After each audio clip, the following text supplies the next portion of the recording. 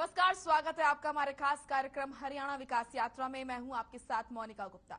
आज हम बात करेंगे हरियाणा के मुख्यमंत्री मनोहर लाल ने बजट सत्र में हरियाणा प्रदेश के विकास के लिए क्या क्या फैसले लिए और गरीबों के उत्थान के लिए क्या लक्ष्य बनाया।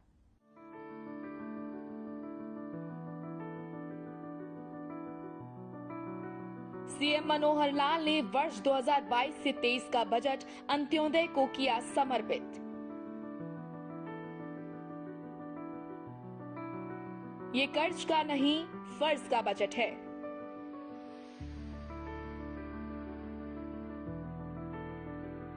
बजट मांगों पर विचार विमर्श के लिए कमेटियां बनाई।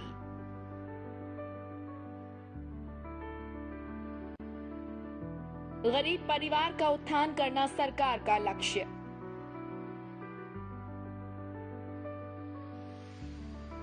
मुख्यमंत्री ने बीपीएल परिवारों के लिए की पहल। प्रदेश में प्राकृतिक एवं जैविक खेती पर दिया जोर।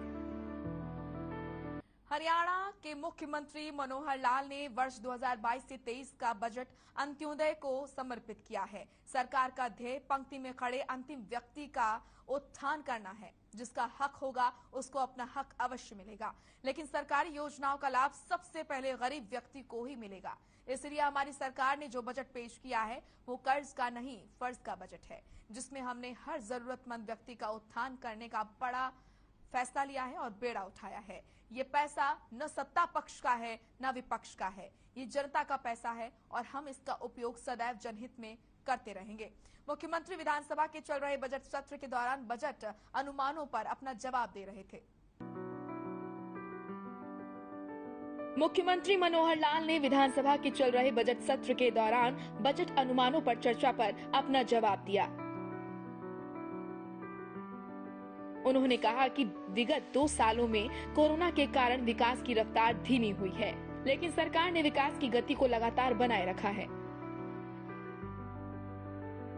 हमारी सरकार ने बजट से पूर्व सभी हितधारकों से परामर्श लेने की एक नई पहल शुरू की है। इस बार भी लगभग 550 लोगों से परामर्श कर बजट में उनकी सुझावों को शामिल किया गया है। उन्होंने कहा कि बजट मांगों पर विचार विमर्श करने के लिए बनी कमेटियों ने भी अपने सुझाव दिए हैं।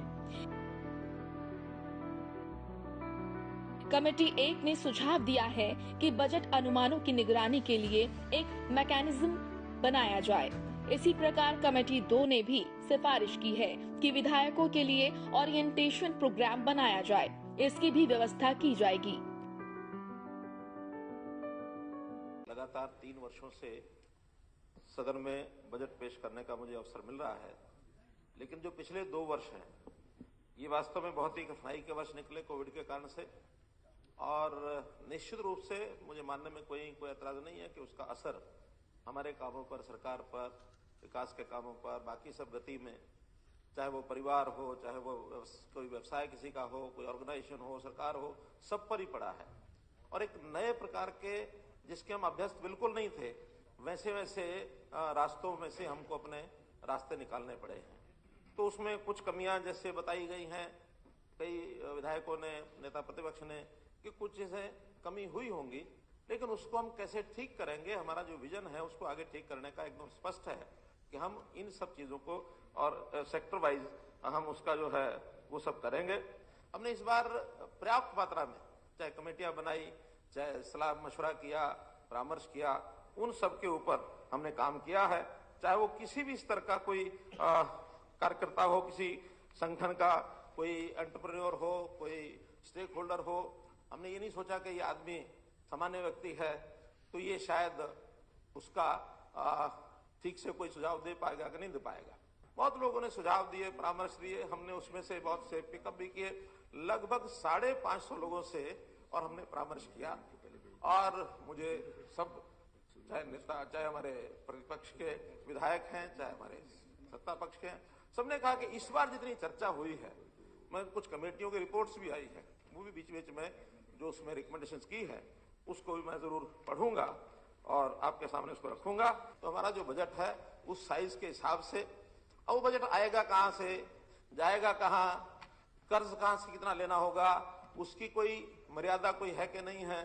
तो ऐसे सब चीजों के ऊपर हमने चर्चाएं की है और उसमें ऐसा नहीं कि जो हमने किया है वही सब फाइनल एकदम है। साल भर में अवसर बहुत आते हैं, बीच में रिवाइज एस्टिमेट्स आते हैं, सप्लीमेंट्री बजट भी आता है। तो जो सुझाव हैं जो इस समय शायद नहीं हुए होंगे वो उस समय भी पूरे किए जा सकते हैं। तो इसलिए मैं यही कहना चाहूंगा कि इस बार हमने जो बजट रखा है निश्चित रूप से उसकी जो दिशा है उस दिशा को हमने जरूर एक विशेष आवरण रखा है उसका, उसकी भी मैं जरूर उसका उल्लेख करूंगा। अभी तो ये जो 1 नंबर कमेटी थी उस कमेटी में प्लानिंग डिपार्टमेंट की ओर से जो सुझाव आया था वो खास करके बजट के हिसाब से, योजना प्लानिंग के हिसाब से ये सुझाव दिया गया है। उस कमेटी में कहा कि हर विभाग के द्वारा किए जा रहे बजट के उपयोग का मूल्यांकन नियमित रूप से करने के लिए वित्त विभाग में एक मैकेनिज्म बनाया जाए। मैं इससे सहमत हूं कि बजट के उपयोग की मॉनिटरिंग के लिए एक ऑनलाइन मैकेनिज्म ये बनाया जाना चाहिए। तो हम कोशिश करेंगे, इसको हम बनाएंगे। इसी प्रकार विधायकों के लिए बजट प्रक्रियाओं के संबंध में एक ओरिएंटेशन प्रोग्राम वित्त विभाग द्वारा आयोजित किया जाए। मुख्यमंत्री मनोहर लाल ने विधानसभा के चल रहे बजट सत्र के दौरान बजट अनुमानों पर अपना जवाब दिया। मुख्यमंत्री ने हरियाणा प्रदेश में बजट से पूर्व सभी हितधारकों से परामर्श लेने की एक नई पहल शुरू की है और इस बजट सत्र में प्रदेश में लगभग 550 लोगों से परामर्श कर बजट में उनके सुझावों को शामिल किया है।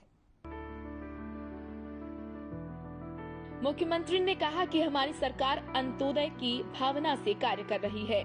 परिवार पहचान पत्र के तहत 1.80 लाख रुपए वार्षिक आय से कम परिवारों का पहचान की गई है,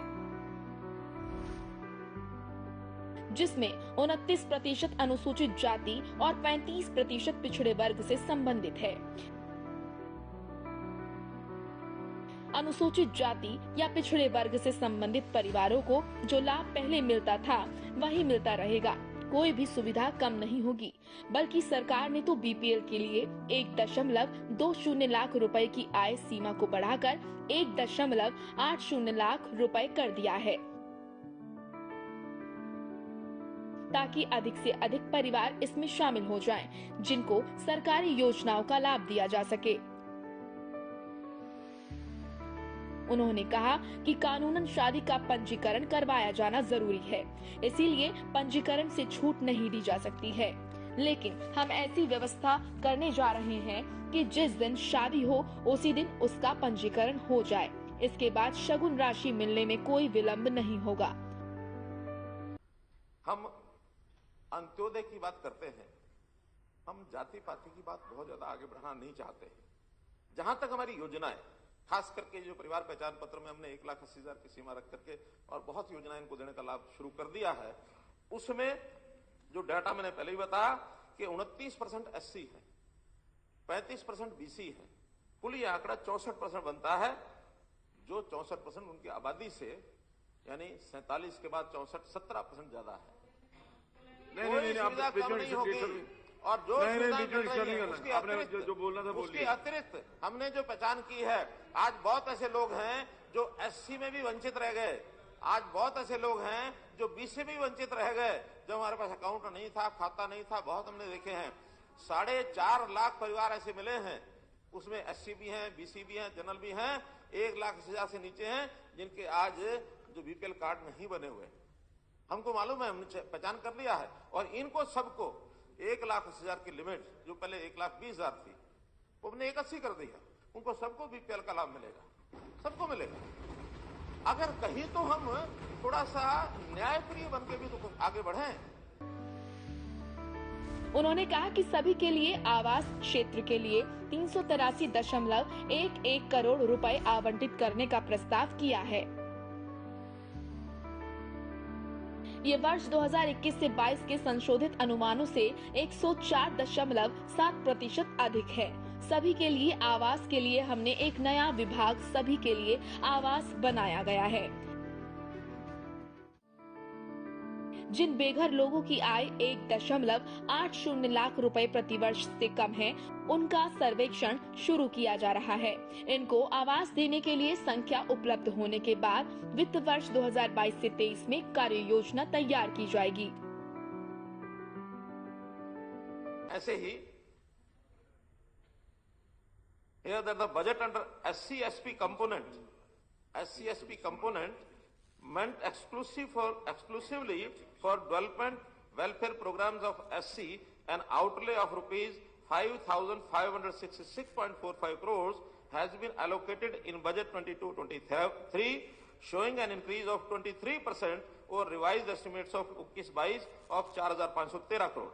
यानी 4,513 के बजाय 5,566 करोड़ रुपया हमने SC/ST कंपोनेंट में। हरियाणा प्रदेश के विकास में मुख्यमंत्री ने कहा कि हमारी सरकार राज्य के विकास के लिए अंत्योदय की भावना से कार्य कर रही है। प्रदेश का चहुमुखी विकास हो, इसके लिए हरियाणा सरकार ने प्रदेश के बीपीएल परिवार वालों के लिए 1,20,000 रुपए की आय सीमा को बढ़ाकर 1,80,000 रुपए तक कर दिया है, ताकि प्रदेश के अधिक से अधिक परिवारों को इस योजना का लाभ मिल सके। उन्होंने कहा कि इस समय ऑर्गेनिक उत्पादों की मांग बढ़ती जा रही है। इन उत्पादों की कीमत भी बाजार में बहुत ज्यादा है, इसीलिए इस बजट में प्राकृतिक खेती पर एक नया कार्यक्रम शुरू करने का प्रस्ताव किया है। प्राकृतिक और जैविक खेती को बढ़ावा देने के लिए 3 साल का उत्पादन आधारित प्रोत्साहन कार्यक्रम 100 क्लस्टर्स में प्रति क्लस्टर की कम से कम 25 एकड़ भूमि पर शुरू किया जाएगा। इस कार्यक्रम के तहत प्रमाणन, ब्रांडिंग और पैकेजिंग और पहले 3 वर्षों में उत्पादन की हानि पर मुआवजे के लिए वित्तीय प्रोत्साहन दिया जाएगा। मुझे विश्वास है कि इस कार्यक्रम से किसान ऑर्गेनिक खेती के लिए प्रोत्साहित होंगे, जो उनकी आय में बढ़ोतरी का प्रमुख साधन बनेगा। उन्होंने कहा कि प्रधानमंत्री फसल बीमा योजना के तहत किसानों द्वारा 1500 करोड़ रुपए की राशि प्रीमियम के रूप में दी गई है, जबकि उन्हें 4,729 करोड़ रुपए की राशि के क्लेम मिले हैं। ऑर्गेनिक फार्मिंग की बात किरण चौधरी जी ने की। ऑर्गेनिक फार्मिंग की बात, देखिए इसमें एक बात तो हम सब मानते हैं कि एक ग्रीन रेवोल्यूशन में एक सबने स्वीकार किया था, अन्न की जरूरत थी, भंडार भरे, सब कुछ हुआ, लेकिन आज उसके जो दुष्परिणाम हो रहे हैं वो यही है कि शरीर खराब हो रहे हैं लोगों के, तो हमें पैटर्न बदलना पड़ेगा। अभी तो हमने जो प्रोग्राम दिया है कि पहले 3 साल के लिए 100 क्लस्टर्स, प्रति क्लस्टर 25 एकड़ ये चिन्हित करेंगे। 3 साल के लिए उनको कोई भी लॉस होगा उसको हम सहायता करेंगे, ताकि उनका एक कॉन्फिडेंस बने। और मुझे विश्वास है कि ये जो ऑर्गेनिक आज भी जो लोग कर रहे हैं उनका प्रोडक्ट मार्केट में सामान्य प्रोडक्ट से महंगा बिकता है, लेकिन सर्टिफिकेशन की बात है, सर्टिफिकेशन है, फिर उसकी मार्केटिंग है, ये सारे व्यवस्था हम खड़ा करेंगे। मैं हरियाणा का आंकड़ा आपको बता रहा हूं कि किसानों द्वारा पिछले जो आपने 3 साल की बात की है उसमें 1500 करोड़ रुपए की राशि प्रीमियम के रूप में दी गई है, सिर्फ 1500 करोड़ रुपए हरियाणा की। ये ठीक है कि इस 1500 करोड़ में सेंट्रल का शेयर, स्टेट का शेयर वो अलग से जाता है, लेकिन किसान को उसके बदले में 4,729 करोड़ राशि के क्लेम मिले हैं। किसान को कोई नुकसान नहीं है। वैसे तो स्टेट और सेंटर का मिला करके भी कभी ये नहीं मानना चाहिए कि कोई कंपनी होगी वो लेगी कम और क्लेम ज्यादा देगी, कोई कंपनी नहीं करेगी। अगर 1 आध साल इस प्रकार का हो भी गया, 1-2 साल लगातार, तो अगली बार उन्होंने प्रीमियम बढ़ा देना उसका, वो तो क्योंकि ऑक्शन पर आते हैं, बिड पर आते हैं।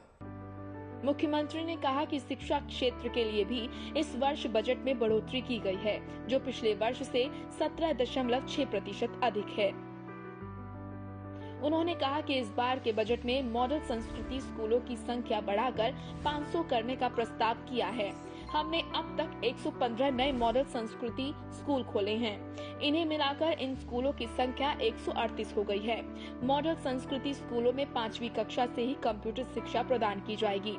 इन स्कूलों में हम 1.80 लाख रुपए वार्षिक आय वाले परिवारों के बच्चों से कोई फीस नहीं लेंगे। विषय आरटी का था, तो इस साल हमने जो है 134A को खत्म करके, जिसमें सिर्फ 10% बच्चों को ही प्राइवेट स्कूलों को हम उनके ऊपर कर सकते थे कि इतने ही वो पढ़ेंगे, हमने इस बार से आरटी इसको अडॉप्ट करने का फैसला किया है। आरटी में 25% हर स्कूल में इन बच्चों को एडमिशन देना पड़ेगा उनको, और ये फ्री ऑफ कॉस्ट उनको देंगे। सरकार इसका जो भुगतान है उन बच्चों की फीस का वो सरकार करेगी। ये आरटी के लिए नहीं, इसमें अलग से करेंगे। हमने ये फैसला कर लिया। हम उनके लेवल को बढ़ाने के लिए हमारे जो अपने स्कूल 500 स्कूल तो हम अपने ही बना रहे हैं, तो उनके अंदर देंगे, ऐसे उनको भी हम उसी में लाएंगे। हम आरटी में जो संस्कृत मॉडल स्कूल है उसको भी उस श्रेणी में लाएंगे ताकि उनको सबको फ्री पढ़ाया जा सके। मुख्यमंत्री मनोहर लाल ने हरियाणा को विकसित राज्य बनाने का सपना संजोते हुए खेती और शिक्षा पर विशेष ध्यान दिया है। विधानसभा में बजट सत्र के दौरान मनोहर लाल ने कहा कि इस समय ऑर्गेनिक उत्पादों की मांग बढ़ती जा रही है, इसलिए इस बजट में प्राकृतिक खेती पर एक नया कार्यक्रम शुरू करने का प्रस्ताव भी रखा है। साथ ही प्रदेश में शिक्षा को विकसित करने के लिए बजट में मॉडल संस्कृति स्कूलों की संख्या बढ़ाने का भी प्रस्ताव रखा है और ये भी बताया कि अब तक प्रदेश में 115 नए मॉडल संस्कृति स्कूल खोले गए हैं। उन्होंने कहा कि सरकारी स्कूलों में पढ़ने वाले विद्यार्थियों के लिए 5 लाख टैबलेट की खरीद का टेंडर 23 नवंबर 2021 को अलॉट किया जा चुका है। आने वाले शिक्षा सत्र में सबको टैब दिए जाएंगे। आगामी शैक्षणिक सत्र से सरकारी स्कूलों में पढ़ने वाले 10वीं से 12वीं कक्षा तक के सभी विद्यार्थियों को कनेक्टिविटी के साथ टैबलेट दिए जाएंगे।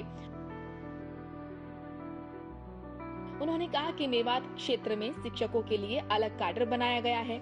इस क्षेत्र में शिक्षकों की कमी को दूर करने के लिए हमने रिक्त पदों को भरने का निर्णय लिया है। हरियाणा कौशल रोजगार निगम के माध्यम से भी अनुबंध आधार पर शिक्षकों की भर्ती की जाएगी। सरकार ने मेवात क्षेत्र में सेवाएं देने वाले अध्यापकों को 10% अतिरिक्त वेतन देने का निर्णय लिया है। उन्होंने कहा कि सरकारी स्कूलों में शिक्षकों की कमी को पूरा करने के लिए निरंतर प्रयास जारी है।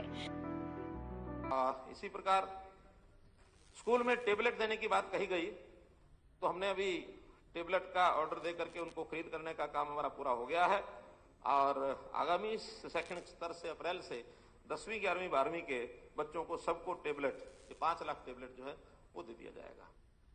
मेवात में अलग से शिक्षकों की भर्ती, इसके लिए अलग से कैडर बनाया गया है और वहां जो लोग जाएंगे कैडर में नहीं और बाहर से ट्रांसफर होंगे उनको 10% हमने पहले से ही घोषित कर रखा है कि उनको 10% अलग देंगे। जो सेवानिवृत्त अध्यापक हैं उनकी भी भर्ती वहां के लिए करेंगे और हरियाणा कौशल रोजगार निगम में भी हमने कह दिया है कि जो एक्सपीरियंस वाले लोग वहां हैं उनमें भी मेवात को प्राथमिकता देकर के और उसके अंदर हम इस अगले साल के अंदर शिक्षकों की कमी को है वो पूरा करेंगे।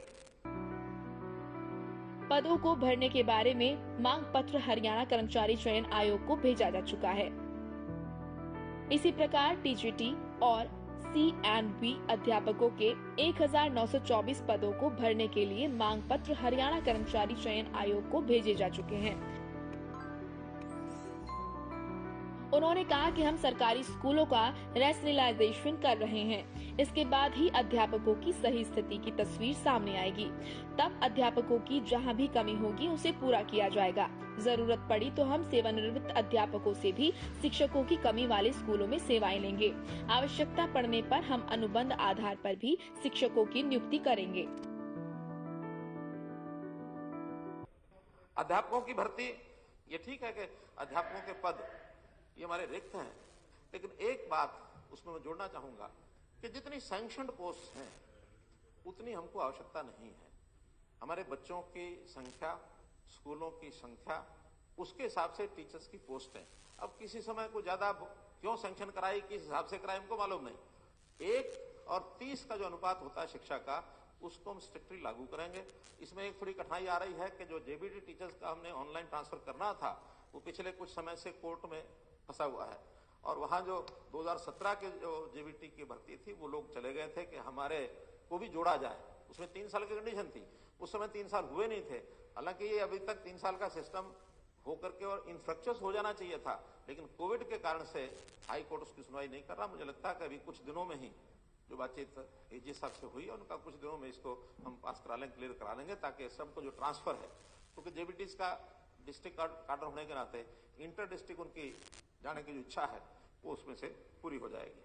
हरियाणा राज्य का विकास सरकार के लिए हमेशा से अहम मुद्दा रहा है और इसी बीच 2022 से 23 बजट सत्र के दौरान मनोहर लाल ने कहा कि प्रदेश में एम्स की स्थापना के लिए ई-भूमि पोर्टल बनाया है। साथ ही प्रदेश में स्वास्थ्य क्षेत्र को विकसित करने के लिए कई सरकारी और प्राइवेट मेडिकल कॉलेज भी खोले गए हैं। सीएम ने बजट सत्र में कहा कि जिला रेवाड़ी में एम्स की स्थापना के लिए ई-भूमि पोर्टल के माध्यम से 207 एकड़ 2 कनाल 2 मरला भूमि की पहचान की गई है। जमीन खरीदने की प्रक्रिया शुरू कर दी गई है। खरीद के बाद उसे भारत सरकार को सौंपा जाएगा। इसके अलावा हमारे कार्यकाल में 3 सरकारी और 4 प्राइवेट नई मेडिकल कॉलेज खोले हैं। वर्तमान समय में 13 मेडिकल कॉलेज हैं। इनमें से 6 सरकारी, 6 प्राइवेट और 1 सरकारी सहायता प्राप्त है।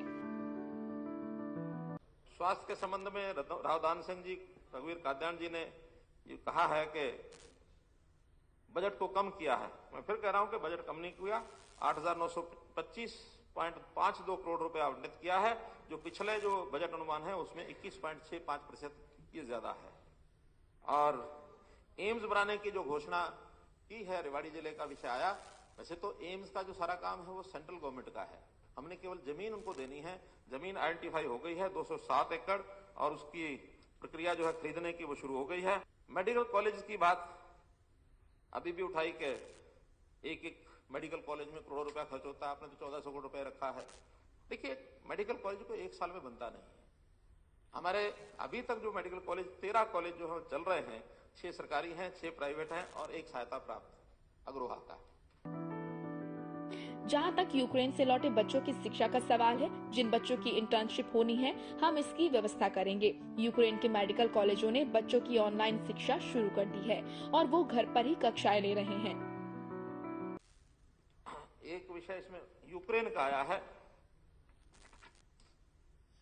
तो यूक्रेन से लौटे बच्चे जहां उनका सवाल है, तो भारत सरकार ने उनकी जो फाइनल कर चुके हैं उनकी इंटर्नशिप की व्यवस्था कर दी है।